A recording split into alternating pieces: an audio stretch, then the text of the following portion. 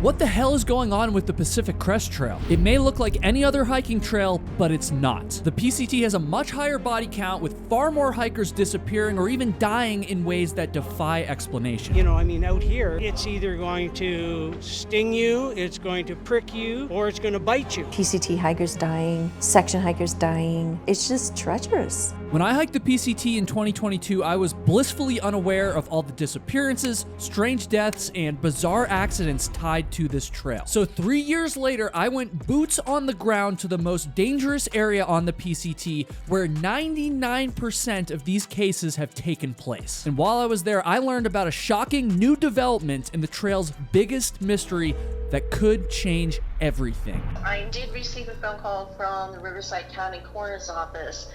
Remains were found off of the PCT.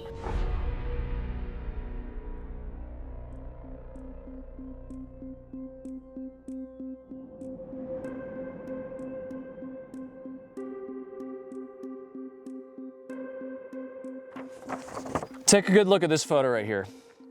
It might not look like much, but this photo is actually one of the craziest photos in Pacific Crest Trail history. And if our intel is right, we believe it was actually taken like right up there. So we're gonna go find it. In February of 2015, 28-year-old Chris Sylvia set out to clear his head on the southern portion of the Pacific Crest Trail, leaving from Anza and aiming for Campo near the Mexican border. After a few quiet days on trail, he called his friend to arrange a pickup at a Buddhist temple a few miles off route, but he never showed up. A search launched days later found no sign of Chris himself, but did turn up something else extremely chilling. Right beside the PCT, searchers found his sleeping bag, his pad, his backpack, and his ID laid out neatly in the dirt, leaving behind a disturbing mystery about who placed that stuff there and why. Despite thorough ground searches and air searches, that carefully arranged gear would become the last confirmed trace of him. To this day, no one truly knows who laid out Chris's gear like that, or why. Some say he did it himself to take a rest, but the awkward, rocky setup and the odd placement of his sleeping bag make that pretty hard to believe. Others fear that it was staged by someone else entirely, hinting at something far darker. We set out to find the exact spot where this photo was taken, not only to look for any hidden details, but also to better understand the environment that Chris was in and feel, even for a moment, what he might have felt while he was out there. Yeah, man, it should be like right around here somewhere. Again, I don't know if we'll be able to match it exactly on a 10-year-old photo, but who knows how much it's changed. Yeah, 10 years can change a lot. All I know is it was somewhere near this intersection right here. That kind of looks similar. It definitely looks similar. You can like kind of tell like there's a wash here, so I mean over the years that stuff all could have been. The only thing is this rock here, but even that looks pretty small and loose, so like I don't know, dude, this kind of looks like it. Yeah, like I'm not gonna stand here and pretend we know 100% this is it, but we know it was most likely within eyesight. We know it was right by the intersection that's right down there. I mean, you see the stuff on that side, you see it on that side, the plants match. I'm pretty sure this is it. So while one of the most disturbing photos in PCT history was probably taken right here, and certainly one of the most disturbing disappearances and stories from the trail happened literally right here, believe it or not, there's a section of the PCT that's just a little bit further north from here that's had multiple strange disappearances and deaths and just some wacky stuff going on. I really wanted to come here to this spot because this story means a lot to me, but we honestly didn't really come all the way out here to visit this spot, as significant as it is. We actually need to head just a little bit further north on the PCT, and I'm quite happy to go there because I'm getting creeped out just standing here, so I don't know how you feel, but let's get out of here. We're heading to Idlewild, California, a small mountain town at the foot of the San Jacinto Mountains. This is the most mysterious stretch of the Pacific Crest Trail where an unsettling number of hikers have gone missing or been seriously hurt or even killed over the years. We're trying to understand why so many accidents and disappearances cluster here, and there's no case more haunting than that of David O'Sullivan. David was a 25-year-old from Ireland who came to the US in 2017 to hike the entire Pacific Crest Trail, all the way from Mexico to Canada. After resupplying in Idyllwild, he emailed his parents one last time and then walked back towards the trail and simply vanished into thin air. He didn't carry a phone or GPS, leaving him no way to call for help. It would be over 2 months before anyone realized he was missing, and by then, it was likely too late. Searchers have been scouring the mountain ever since, but they have never found so much as even a scrap of David's gear, let alone David himself, or at least not yet. That's why we turn to Kathy Tarr. Kathy isn't just another hiker, she's the fierce, tireless force who refuses to let David's story go cold. She founded the Fowler O'Sullivan Foundation to keep searching when everyone else stopped, to stand with grieving families of missing hikers, and to make sure hikers know the risks before it's too late. Done a lot of searching for David. We've searched Deer Springs, Fuller Ridge, the north side. Thousands and thousands of hikers have gone through the PCT and no one has ever seen him. Kathy might be the only reason that David's story hasn't been lost to these mountains forever, and as you're gonna see very soon, she also might be the reason why his case is on the verge of being blown wide open. All right, so we are in downtown Idyllwild right now. And I just got a text from Kathy, and this is gonna sound fake. Like, you can't fake this. Like, I just got a text from Kathy that they might have found David O'Sullivan. What are the chances? Like, he's been missing since April of 2017, and like we're here for like 4 days. We don't know too much yet.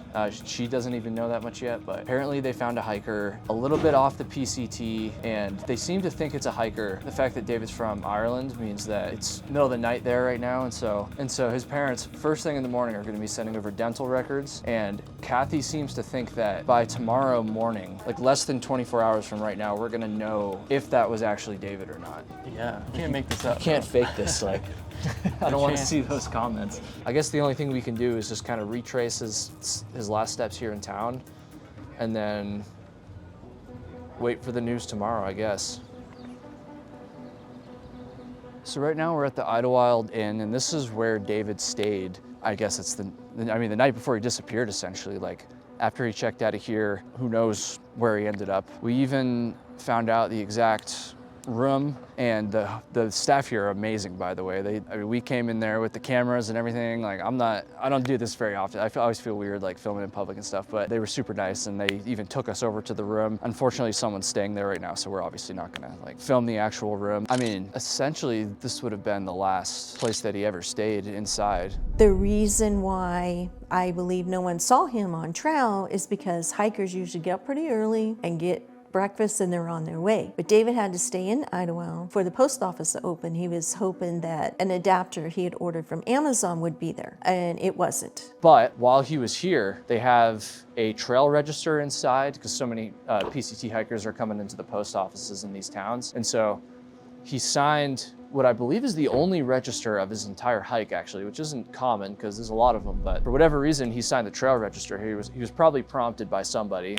that was working at the post office, and that was the first and last time that he ever signed his name or left any like physical evidence that he was in town here, I guess. Because David didn't have a cell phone, all he had was this Kindle to kind of connect himself to the outside world, and the library was one place that he visited, presumably to get some Wi-Fi. And since David was traveling, from another country, he was known to be kind of interested in like the history of the places that he was visiting. And so we know that he stopped by right here.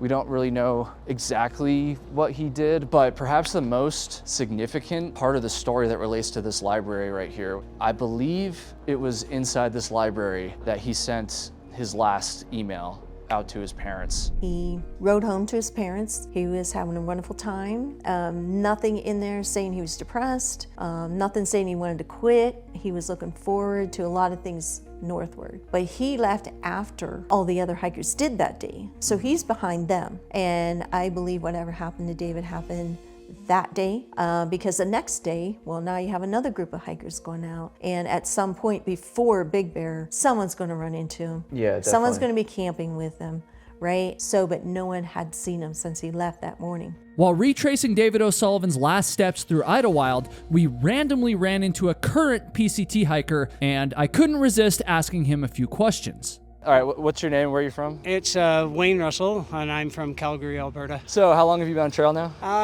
11 days. How's it been going? It's rough, it's hot, it's dry.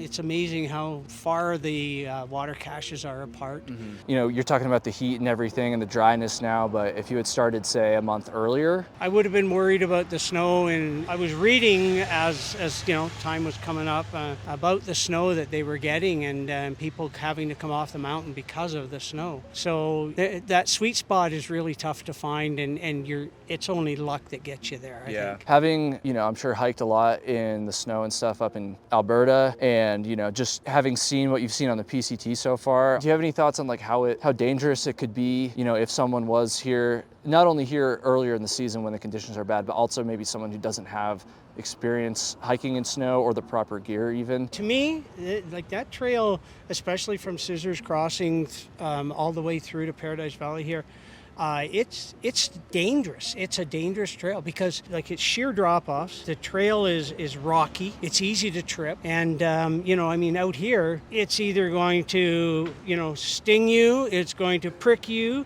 or it's going to bite you. If you fall off that trail down into some of those gullies, that's a world of hurt. You'll be lucky if you come out of it. And if you add snow to that, oh my God, no. If you thought this hiker was being over dramatic about the snow and ice, you are dead wrong, and we're going to prove it to you right now. After the interview, we climbed high above Idlewild on the PCT because up there, in one specific spot, we had been given a gut-wrenching message to read on camera. In early 2020, 22-year-old Trevor Layer set out to chase a dream he had spent years building towards, the chance to hike the entire Pacific Crest Trail. He had graduated college early, lined up a job at Microsoft, and carved out this one window of time to take on the 2,650-mile journey from Mexico to Canada. Even as the pandemic shut down the world and his family begged him to turn back, Trevor pressed on, determined not to abandon his dream. Only a few weeks into his hike, he crossed the 100-mile mark,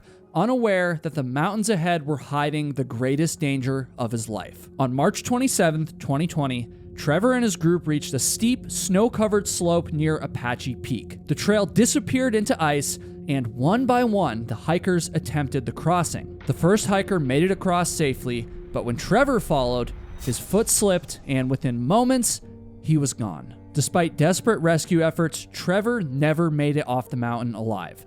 And now, we've come to the exact spot where Trevor fell. This is crazy. Yeah, man. So one of the immense privileges of making this kind of content is that I actually get to connect with a lot of the people that are either involved with the stories I tell or knew the people involved. And in this case, Trevor's father, Doug, reached out to me a while ago, and I interviewed him at one point, and we've kind of kept in touch. And so we told him that we'd be coming out here and asked him if he had any words that he wanted us to not only share in the video, but actually share, you know, while we're in this very significant spot. And so this is what he sent me. Quoting, "Trevor wasn't reckless. He was an experienced and smart hiker, but like so many, he underestimated how unforgiving the San Jacinto Mountains can be. One bad decision, one misstep can cost you your life, and sadly for Trevor, that's exactly what happened. Trevor's snow gear was waiting for him in Idlewild, but he never got the chance to use it. Please don't make that same mistake. If you're heading into these mountains, carry traction, carry an ice axe, but more importantly, know how to use them. And if you don't have the right gear, then be smart enough to know your limitations, turn around, and live another day." And then finally, he closed with a quote here that says, "There's no great adventure if you can't return home to tell your friends and family about it."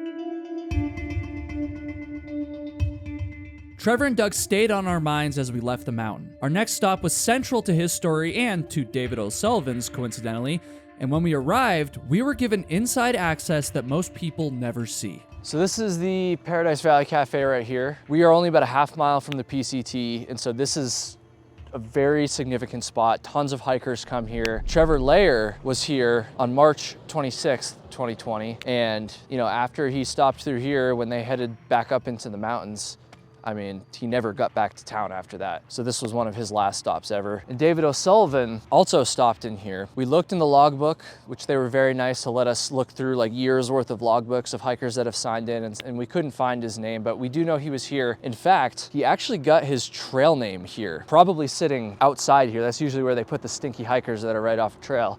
Like literally probably sitting at one of these tables right here. He got the trail name Lucky Dave from one of the other hikers that was hanging out here at the time. I mean, you can't help but note that like that's a bit ironic and quite sad, frankly, because he left here, he hiked for a couple more days before he got to Idlewild, and then, you know, it was only a few days after he was here that he disappeared. It's also crazy to think that like standing here, kind of where the whole O'Sullivan Idlewild situation began. I mean, it basically started right here at Paradise Valley Cafe. And here we are 8 years later, and it's possible in less than 24 hours that story's gonna finally be solved. But I guess we'll see. I keep saying that, but Hopefully. yeah, hopefully, man.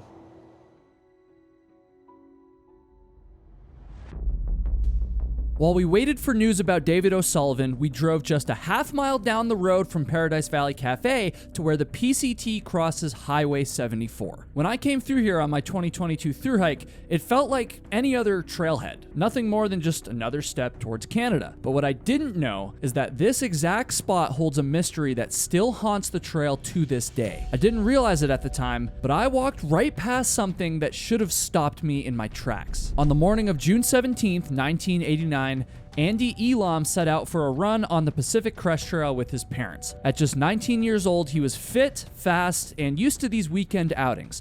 But that day, after only a short time on the trail, Andy turned back alone towards the family car, either to rest or to let the family dog out, depending on which account you read. Less than an hour later, when his parents returned to the trailhead, the scene waiting for them was something out of a nightmare. Their car had been broken into, belongings stolen, and most concerningly, Andy was nowhere to be found. But then, a short time later, searchers would find his slain body hidden in the brush only a quarter-mile away from the trailhead. Andy had been killed in brutal fashion, likely after crossing paths with whoever was ransacking his family's car. Now, just steps away from where all of this happened, a memorial marker stands as a permanent reminder of Andy's life. His father has said that in some way, the marker feels like Andy is still here. But, standing at that spot myself, I couldn't help but think of the time I hiked right past it, completely unaware of the tragedy and mystery that it represented. Andy's murder remains unsolved to this day, and his killer has never been identified. Andy's life remains an example to all of great faith, devotion to family, and excellence in all things. We will never forget you. As I reflected on Andy's memorial and his story, I couldn't help but wonder if David O'Sullivan had met a similar violent fate.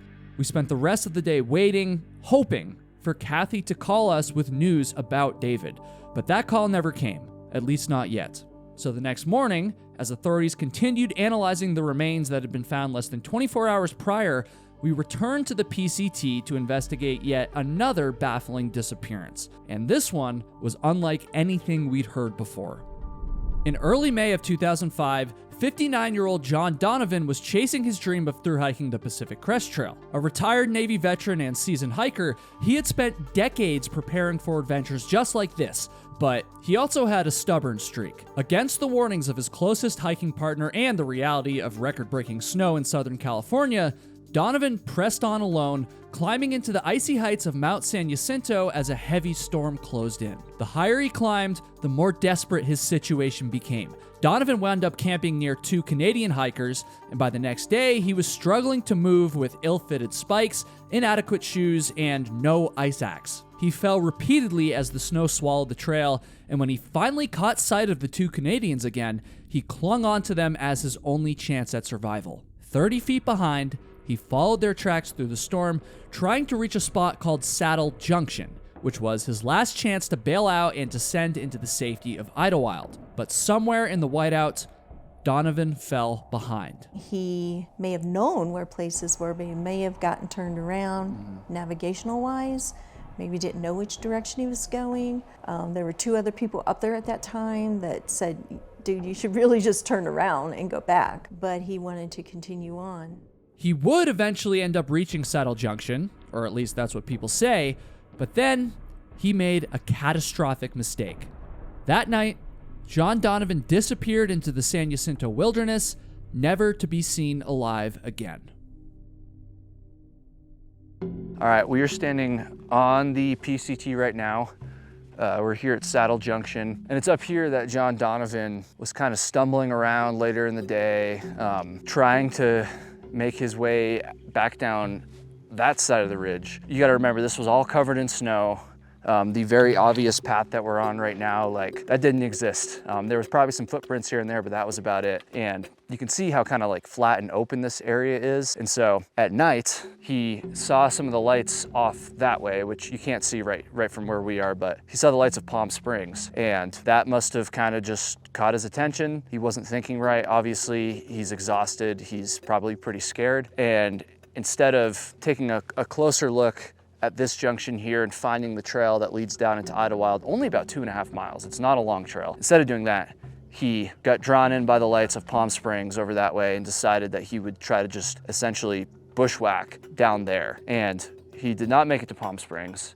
Instead, he ended up fairly close to the aerial tram on this side of the ridge. This does kind of have me like questioning the sequence of events at least a little bit, because I was kind of under the impression that since he saw those lights down in Palm Springs and he was around this area, we would have been able to see the lights too. Yeah. That almost makes me think he never actually came, at least to like literally right here. I feel like he was probably a half mile to a mile down that side of the ridge. And maybe, you know, he just got sick of going uphill and he knew he had to go up a little bit more and get to this junction before he started descending into Idlewild. Or maybe he got lost in the snow. Yeah. I mean, that's just, Yeah. there's a lot of snow up here. Which is just so crazy because it's dry as a bone right now. Pretty though, man. It's beautiful up here. Something about John Donovan's timeline has never sat right with me, and actually visiting Saddle Junction in person only made this feeling stronger. For nearly a year, John Donovan's fate remained a complete mystery, but then, nearly on the anniversary of his disappearance, the case took a massive turn. One so strange and unexpected that I couldn't resist visiting the place at the very center of it all. Only this time, getting there would take much more than just a simple hike. Sorry, guys. Good morning, ladies and gentlemen. Welcome to Boston's aerial tram. By now, it had been 48 hours since the remains had been discovered off of the PCT, and Kathy still had not been given answers about whether or not they were David O'Sullivan's. And so we continued to wait, and though this was frustrating, it gave us some time to ride the Palm Springs aerial tram, a 2.5-mile journey which takes you over 6,000 feet up the east side of Mount San Jacinto. And on May 6th, 2006, a young couple from Texas took this very same journey. But once they reached the top of the tram, their lives, and John Donovan's story, were about to collide in a way that would push them to the brink of survival. Brandon Day, 28, and Gina Allen, 24, rode the tram to the top of the San Jacinto Mountains, expecting a fun afternoon. They set out on a short trail, but curiosity led them off the path towards a waterfall, and by the time they turned back, they were completely lost. With daylight fading and no food, warm clothing, or clear way back, their casual outing quickly turned into a fight for survival. They wandered around for days, exhausted and cold, mistaking echoes for voices and searching the skies for rescuers who never came. But on the third day, Brandon spotted a faded yellow backpack with a journal dated May 8th, 2005, almost exactly 1 year earlier. And as fate would have it, this was John Donovan's backpack and his journal. Inside of the backpack were matches that he had never used, kept dry in a plastic bag. And those matches would become Brandon and Gina's lifeline. Their first fire drew no help, but the second one grew into a blaze so large it finally caught the attention of a helicopter. The couple was saved, and rescuers later found John Donovan's body wrapped in a tarp near a stream below the campsite. And so at this point, after nearly a year of mystery, his fate was finally revealed. Donovan had died alone in the San Jacinto Mountains, yet, in a haunting twist, he still fulfilled his mission of helping others, Even in death, John Donovan saved 2 complete strangers, giving them the chance to survive and ensuring that his story would never be forgotten.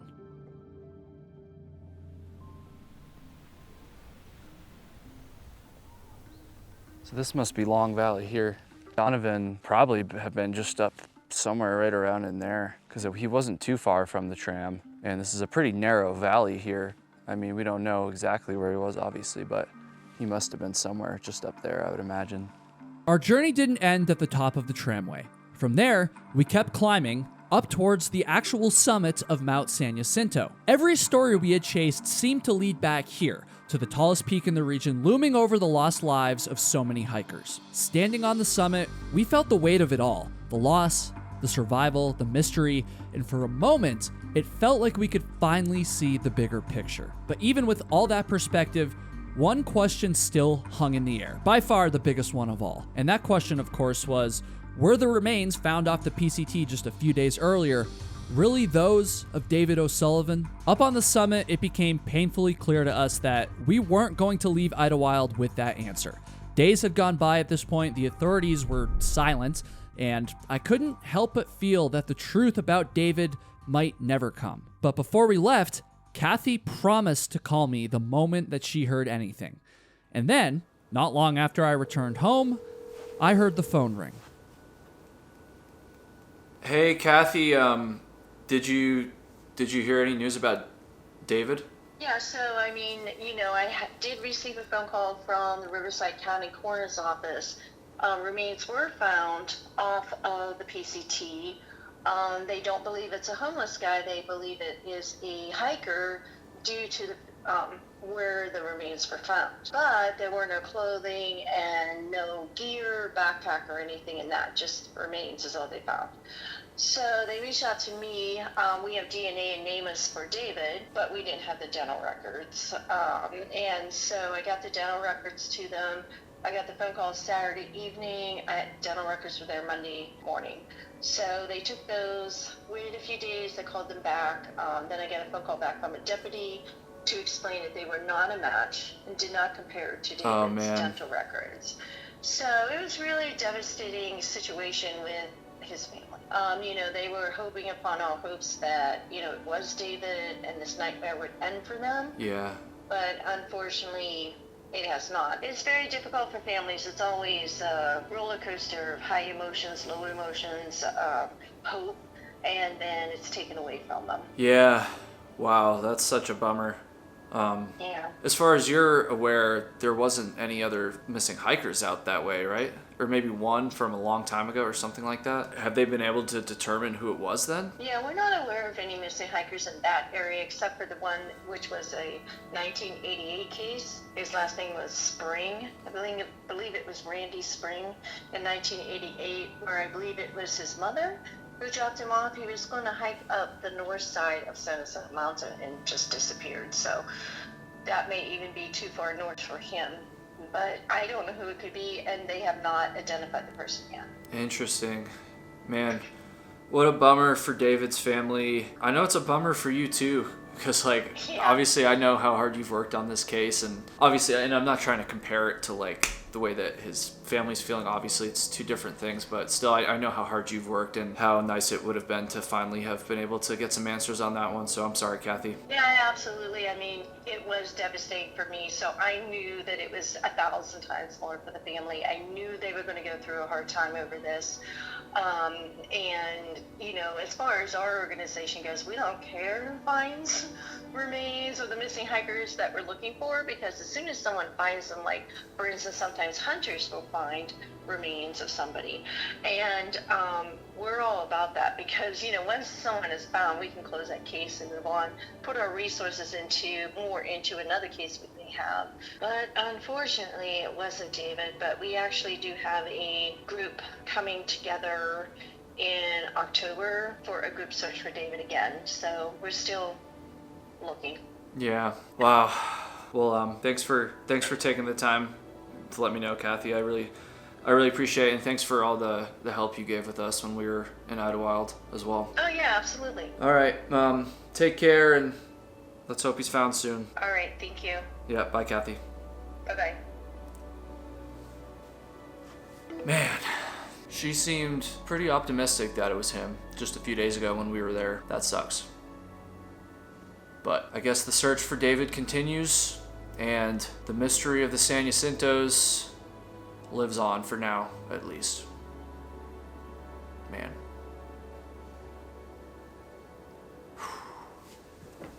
If you want to help with the search for David O'Sullivan and other missing hikers, please join me in donating to Kathy's organization, the Fowler O'Sullivan Foundation. I've linked it in the description. This video would not have been possible without Kathy, and many, many hikers would still be missing, just like David, if not for her hard work. YouTube seems to think you'll enjoy this video next, and so give it a click, and I appreciate all of you so much for watching.